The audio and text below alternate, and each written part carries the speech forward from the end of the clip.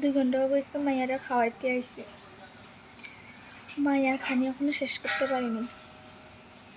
দেখেন মুখের মধ্যে যদি বড়াইয়া দিই, গলার নিচে যদি না নামায়, তো এটা কি মার দোষ? না, সবে কইব তো মায়ের দোষ, মা খাওয়াইতে পারে না। কে এটা? খাওয়ার দিকে দেন নাই, টিভির দিকে দেন।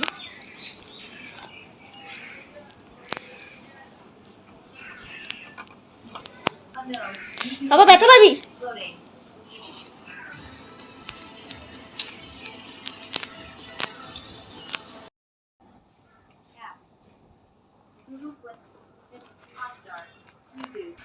দেখেন বাপের কথা জন্য করছি, আমি নেয়া করছি।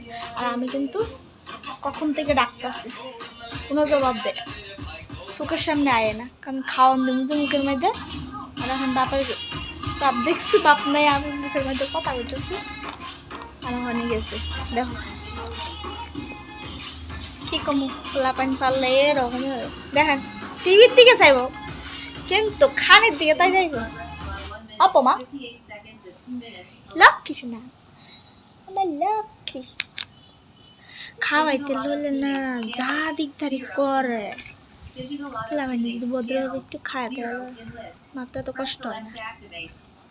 দেন টিভির গান চলতেছে, ওই টাইমে টিভিটা বন্ধ করে দিচ্ছে। কি টিপে আমি তবে কি টিপে শেষ করে দিচ্ছে। আর মার কাছে রিমোট দিব। কি করছো শোনা, এটা কি করছো তুমি? মা দেখছেন আস্তে করে রিমোটটা দিয়া দিছে আমার কাছে, রিমোট দিয়া অন দাঁড়াই দিছে। আয়না গান কে কে আছে দান টিভির মধ্যে আবে দাবে কি টিপা লই আইছে, আর এখন ইয়ে করছে।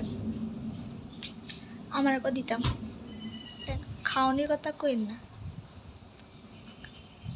আবার তবে টিপ্পা নষ্ট করবে। হ্যাঁ, আর আমি ঠিক করতে লাগে না, ঠিক করে উপায় আছে কোন, লাস্টে তো মার দোষ।